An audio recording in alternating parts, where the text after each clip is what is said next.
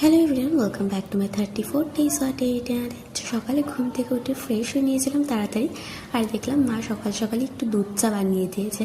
তো চা আর বিস্কিট খেয়ে নিয়েছিলাম। আর আজকে আমাদের বাড়িতে আমার দাদু এসেছে, মানে আমার মায়ের মামা। তো আমি মিনিটস থেকে কিছু জিনিস অর্ডার করেছিলাম, আর সাথে মাকে লুকিয়ে একটা কুরকুরেও অর্ডার করে দিয়েছিলাম, কারণ মা দেখলে একটু বকবে, মানে বকতো না, বাট যাই হোক লুকিয়ে অর্ডার করেছি। তো তারপর দুপুরে লাঞ্চ করার জন্য এখানে আমি স্যালাড কেটে নিয়েছিলাম, আর শসাগুলো কাটতে আমাকে দাদু হেল্প করেছে, মানে দাদুই কেটে দিয়েছিল বলতে গেলে, আর বাকিগুলো আমি কেটে সাজিয়ে নিয়েছিলাম। তো তারপর এদিকে তো মা লাঞ্চ দিয়ে দিয়েছিল, আর লাঞ্চে আজকে তো ছিল আলু বিরিয়ানি আর চিকেন কষা। দাদু যেহেতু চিকেন বা মাটন কোনোটাই খায় না, তো তাই জন্য আমি আলু বিরিয়ানি করেছিল আলাদাভাবে, আর দাদুর জন্য ডিম করে দিয়েছিল। তো দাদু বলেছিল সবাই মিলে একসাথে খাবো, তো সবাই মিলে নিচে বসে একসাথে লাঞ্চ করছিলাম।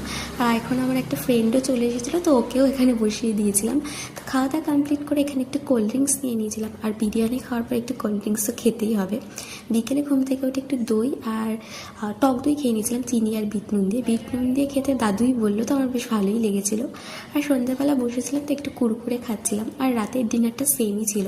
তো আজকের ব্লগটা তোমাদের কেমন লাগলো তোমরা কিন্তু অবশ্যই জানিও।